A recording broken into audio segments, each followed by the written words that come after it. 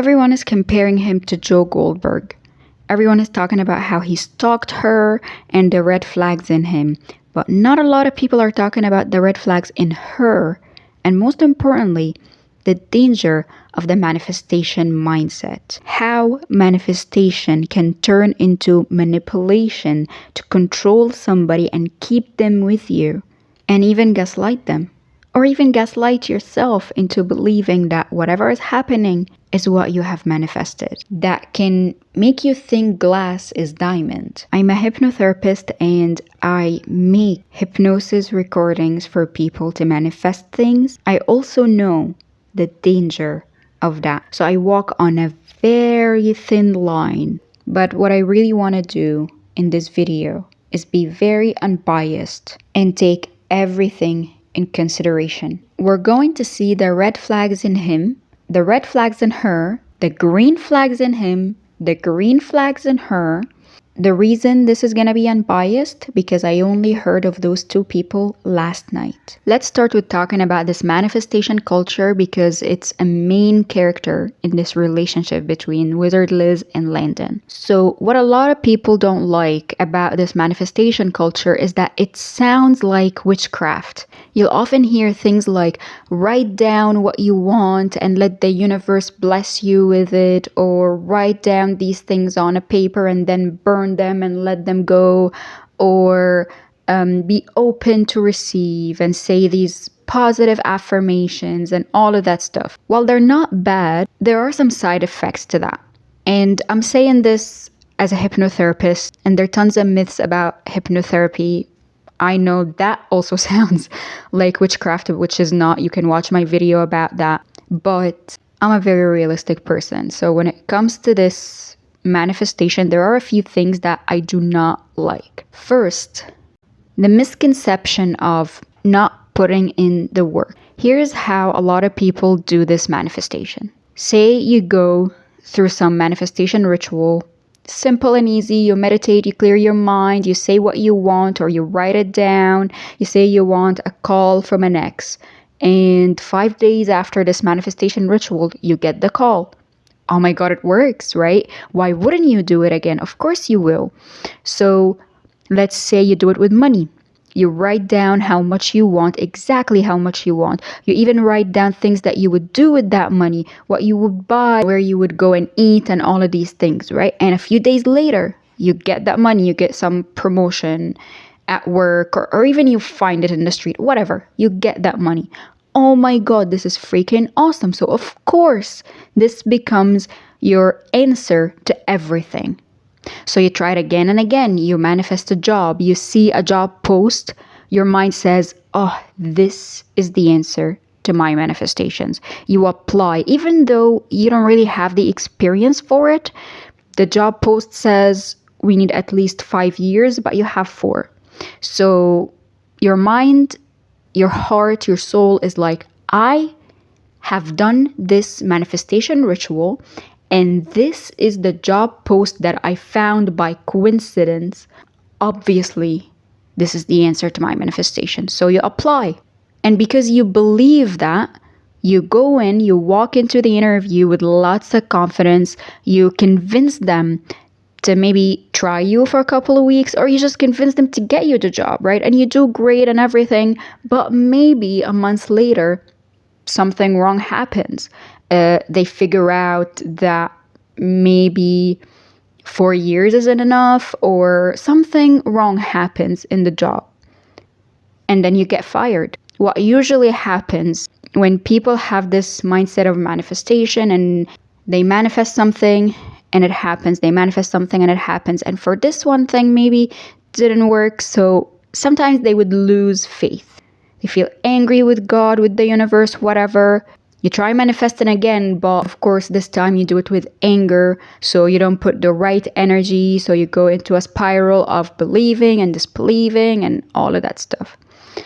This is very similar to the whole twin flame thing, when two people just believe that they are supposed to be with each other and they're having this toxic relationship, but no, you're my twin flame, so they make it work because it's supposed to work. This is the second reason I do not like this manifestation mindset is that it kind of makes you dim your critical factor, kind of makes you dim your logical sense, your mind, and you're just depending on the manifestation, and that's what's moving you. You feel like there's some kind of power moving you, which brings me to the third reason I don't like this. It can bring this egoistic main character syndrome, or like magical thinking, mystical creatures moving me or something like that, which is so unrealistic and sounds like lots of woohoo. So keep that in mind to the end of the video, because that's the lens that they looked through. Everything that's happening around me is my manifestation. So from the start, they met at an airport.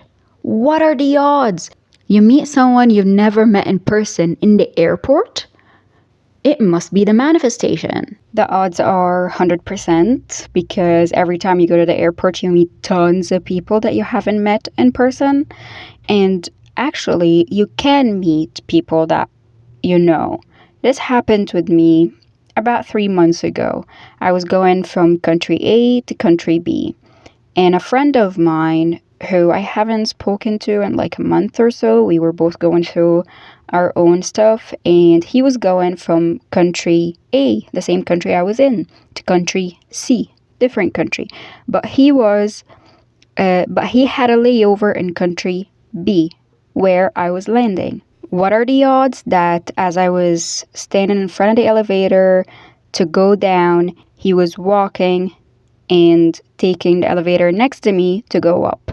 I don't know what the odds were, but like, that's what happened, because like, life happens. Look, if you want to make anything sounds magical, you can. Oh my God, yesterday I was walking in the street and I was feeling very hot. Suddenly, this ice cream truck appeared. Wow, my manifestation is freaking awesome. And this is exactly the same reason biases exist. We look through specific lens. You see those screenshots of his messages with that woman on Snapchat, so you look through the lens of he's toxic, he's a liar, and that's why lots of people took every little thing he did or said in that Q&A interview as red flags. However, where was your smart before that? Why didn't you see those signs before or those red flags before? I'm guessing because you were looking through the lens of the perfect relationship that the amazing wizard Liz manifested, especially if you were one of her fans. My request is take those lenses off right now before you continue this video, because if you don't, this video is gonna piss you off real bad. But I'm gonna take it slow. I'm gonna progress it. First, when they explain how they met in the airport, she says, I don't post my location. There is no way he could have known where I was. And he smiles as she's saying that. Lots of people said that he was smirking or smiling because he like tracked her or found her IP or whatever data, metadata he could get, right? So now that you took those biases off, I want you to know something that I learned from Spidey on YouTube. He's a body language analyst and a psychologist. And I learned from him that if you want to read someone's body language, you have to look at their baseline. And their baseline is when they're comfortable. In interviews, usually it's about how they start the interview. In this video, they started very similarly. They both were smiling, they both were looking at the camera, and they both were like grooming themselves, like fixing their hair, whatever, just like making themselves presentable in front of the camera. So he's been smiling from start to the end. And he seemed to smile when he's relating to something or agreeing with something. So that smile when she says that she didn't share her location or whatever, sounds very consistent to me, to his body language from start to the end. But she says, here is the crazy part. We weren't supposed to be there. And then he shakes his head. There are two reasons of why he could be shaking his head. One, maybe in his mind, he was saying, no, you weren't supposed to be there. If that's what he was saying, my question is, well, how did you know that she wasn't supposed to be there? Is it because that's what she told you so many times and you're just believing her? Or is it because you knew that she wasn't supposed to be there? I don't know. The second reason of why he was shaking his head is that maybe in his mind he was agreeing with what she said when she said, this part is crazy. Believe it. Sometimes when we say, I can't believe it, we shake our head from the right to the left, you know? So this could be the second reason of why he was shaking his head. Like, yeah, this part is crazy. It's unbelievable. Is this part very important to the red flags? No, it's not. I just wanted to warm you up into being unbiased. The second thing I want to talk about is why he explained his point of view, his background of when he met her, where his mindset was. Here's our first red flag. Lots of people were talking about how he was smiling when she told him, when she was talking about the vulnerable part about her family and being with a psychiatrist and all of that, which is a red flag that we're gonna come back to later. But I want to talk about the red flag when he was talking about how he got scammed by his friends and he was getting out of that hard relationship according to him, and it was hard on him and everything. It's not a pleasant thing to say, but she was, instead of listening to him, she was grooming her looks, fixing her hair, smiling, looking at the camera. It's not okay when he did it, but it's okay when she did, or maybe we didn't even see it when she did it. But explaining this point of view is very important to him, and I really want to explore why. But let's move forward when he says he walks to get his bag, and he has this feeling that he was being led to that path that he was supposed to follow. Yeah, that sounds like a nerdy language. Absolutely not. A nerd talks about science facts, evidence. They don't say, I felt, I sensed. They don't even talk about manifestation. Name one real nerd that talks this way. That's a red flag to me. The language that he uses isn't consistent to what he says he is. And he sensed that he needed to look up immediately. Again, sensed and immediately, like tons of red flags here. First of all, the idealization language, the magical thinking, the unrealistic way of talking. Because this, like, I sensed that I needed to look up as if he knew what he was doing, doesn't make sense. Because when we're walking in an airport, we don't sense whatever. We're just walking around and looking around. So why is he making it sound that way? Why this idealization language? That has something to do with why he needed to explain his point of view. We're just collecting the clues now, and then we're going to glue them together.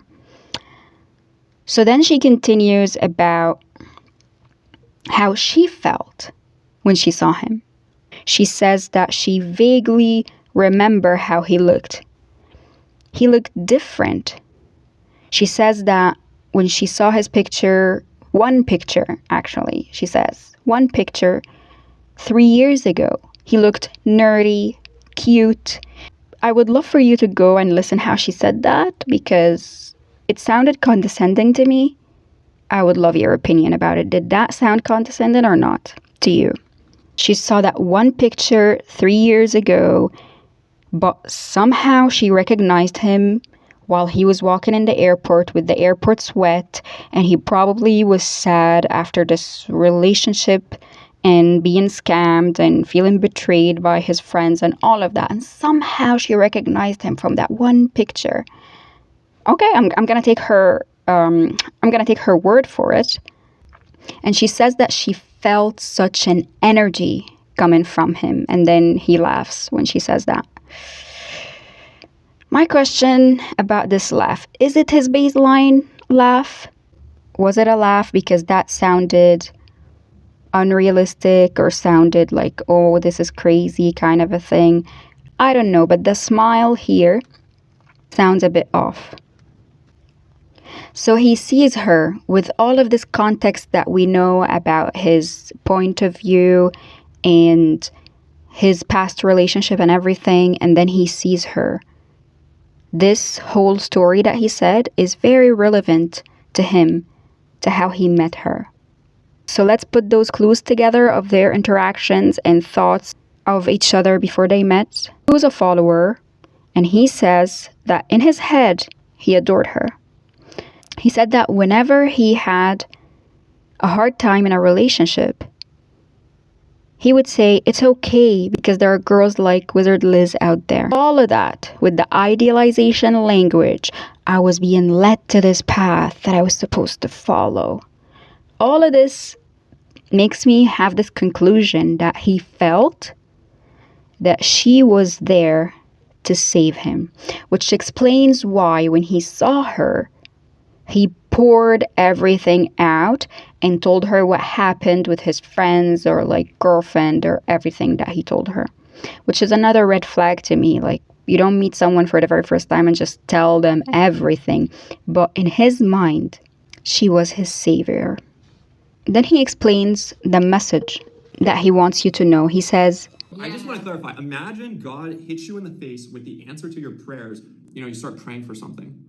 God is not going to give you what you want. He's going to give you what you need. Really listen. He's saying that she was the answer to his prayers, the answer that he didn't want but needed. He says that you gotta take the opportunity. You have to take it, even though it might not be what you want, but it's what you need. And I believe that this is the core of his lens of how he looked at the relationship, which explains why he used that idealization language. He was really looking up to her. He even describes her as the ideal woman, the ideal wife. She doubles down and she says, if you want to manifest something, and the thing is right there in front of you, you have to take the opportunity, which makes me circle back to this whole job example. You have to take it. Is it right for you? Is it not? But like, you manifested and it's right there, so you have to take it. And this, to me, is pure gaslighting. Maybe your intuition is saying something. Maybe logically this doesn't make sense. But you manifested and it's right there, so you have to take it. And that is the message that she has been preaching and he has been listening to on her social media. He also says that growth is a mix of putting yourself on the right path with the right intentions, combined with putting yourself out of your way. Putting yourself out of your way. What is his way and what is the way out of it? Let me think. He was a nerd nerd people don't speak the manifestation language, and now he is speaking the manifestation language. I see. Do you see what I'm saying? Maybe this manifestation language and the way that he was speaking is him putting himself out of his way because that is his way for growth. And that explains why in the start of the video he says that their relationship isn't perfect and that the purpose of life is creation and evolution. He talks about personal growth a lot, and I believe from the context and everything that he says that growth is really what he wanted.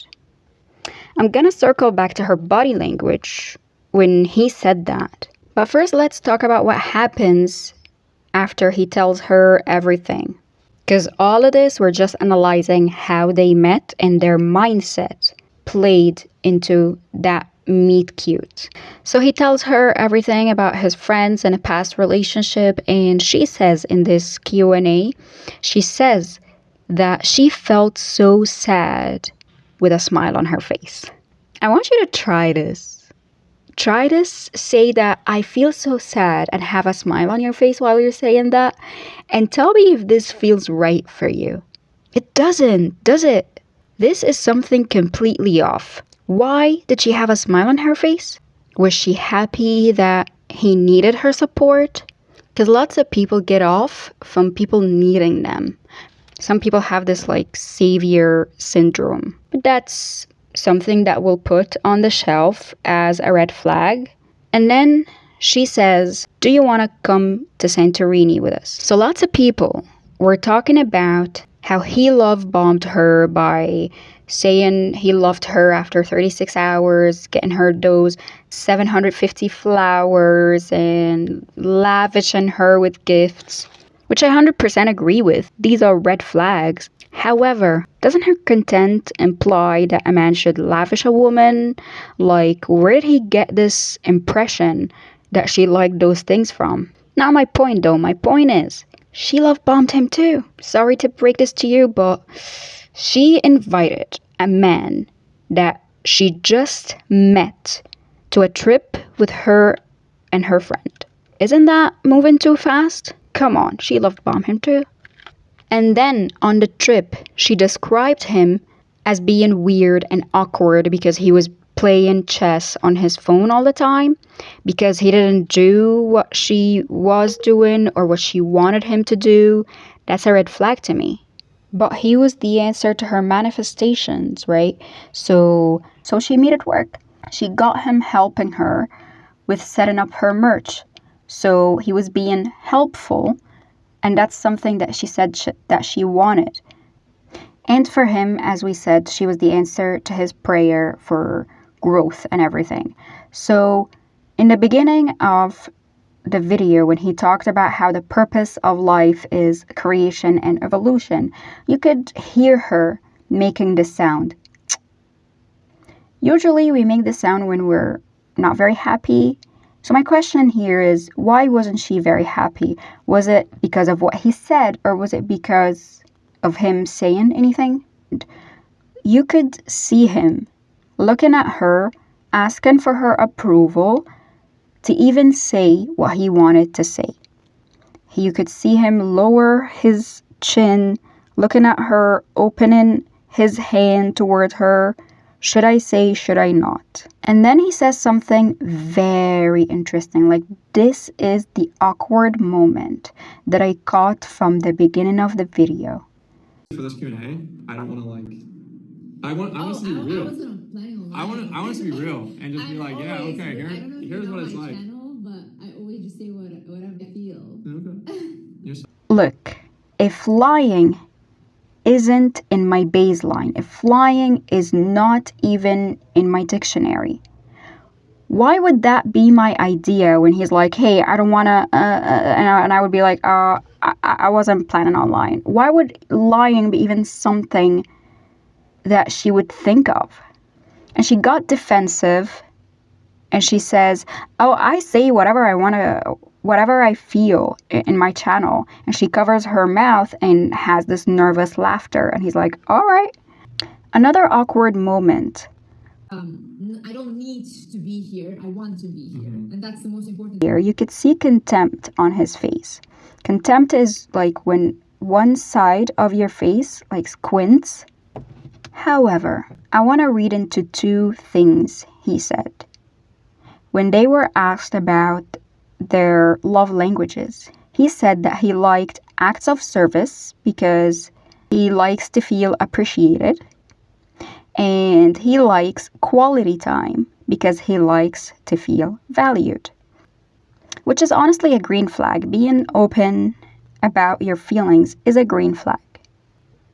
And we also know from his posts about messaging that woman, he said that he messaged her because he wasn't feeling respected or valued in his relationship. Valued was mentioned twice.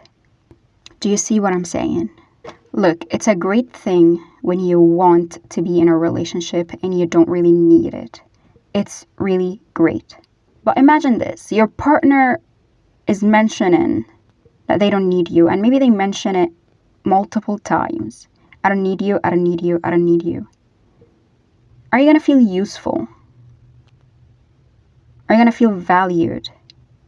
Are you going to feel like you're adding value? One thing he said, that his first interaction with her was him sending her a book because he wanted to add value. With all of that, does this whole thing make sense to you? But they're literally giving us everything in that Q&A on a plate of silver. So they get into this relationship. You can also see a green flag that when she complimented his look, he was genuinely thankful. He smiled at her, looked at her and squinted his eyes, leaned forward towards her. He was being realistic about them arguing, saying that we definitely argue about things we should be talking about and figuring out together, which is a green flag. Let's talk about some red flags, because that's what you're here for. So when she mentioned his mood swings, he says, "Oh, you want to be this real?" So she laughed and leaned back. Being real was a threat to her. Maybe she's just shy, but it seemed like a red flag to me. Especially that we already have the context from the beginning of the interview. But then there are two more red flags. When they were on a plane and he was sleeping, she woke him up from his sleep to say, "I need tea." When someone invades your space, your privacy, your resting time, for a dumbass reason. He also says that another time, she woke him up after, again, oh my God, this is actually a red flag to me. Like when somebody wakes me up, don't wake me up for whatever reason. Like I have an alarm, right? If I want to wake up, I would put my alarm on, all right? It's a Capricorn thing. We don't like people waking us up. But she wakes him up and she tells him, "You're stinky." That's not a nice thing to say to your partner when they wake up. Maybe and she was like, "Oh, that was a real concern." Honey, if you're concerned, you say it in a nice way after he wakes up, after he takes his shower and all of that stuff. You don't it's disrespectful, honestly. She also says about his jealousy. He admits it. And that's consistent to my theory about she was what he needed to grow and evolve. She says that he is possessive, but he challenges her and says, "Put me on the spot, tell me." She says, "Imagine," and I underline this word. You know how, imagine I'm doing something and you don't agree. Then you'll go every possible way to make me not do that thing. Like anything you can bully. No, whoa. Don't say. Anyone that has dated an Aries man, comment below, because you guys know how controlling. Very. I sometimes like astrology. I mentioned multiple times that I'm a Capricorn, but it's not always like 100% thing. I dated an extroverted Libra. I dated a very introverted Libra. Not the same thing. There's things in her mind, and she operates through them. But he completely rejects that possessiveness theory of hers. Then he explains, no, there were times when she would make last-minute plans. That's something I can actually understand. Like if I'm planning something and you would make a last-minute plan, depends on my day. If I'm free, I would be spontaneous. If I'm not, well, I have other things planned, right? He admits that that's more like of a controlling thing that he has. But is it really a controlling thing over her? Like him being possessive of her? To me, this feels like gaslighting. When your partner twists things that you do for a reason and then they convince you that you're doing it for a different reason. This is like gaslighting 101. And then the biggest red flag. I'm gonna try to calm myself down as I say this. She says, sometimes I like to make you angry because that's hot. And she says, yeah, women do that. No, we don't. No, we don't. If you enjoy making your partner angry, you need therapy. This is a psycho red flag. Okay, fast forward, this whole Snapchat messages happen. How did we know about this thing? Yeah, because Wizard Liz, who said that she didn't want her husband to receive any hate online, announced that that happened. And she changed the caption of her posts. She posted Joe Goldberg, even though she knew that people are comparing him to Joe Goldberg. Her actions are not consistent to what she says. Red flag. Do we even need to talk about his quote apology? I don't think we do. Do we even need to mention that him cheating or trying to cheat on his pregnant wife as a red flag? My intention from this video was talking about the things that a lot of people didn't see and putting the biases down. Most importantly, I wanted to clear the myth of manifestation. Manifestation is like when you go to the gym, if you drink electrolyte, it's good for you, but you will get your muscles without them. But they do help. That electrolyte is my metaphor for manifestation. And by manifestation, I mean this whole ritual thingy that people talk about, like write the things down. Let me talk about how I do it with my clients. Let's say a client wants to get muscles.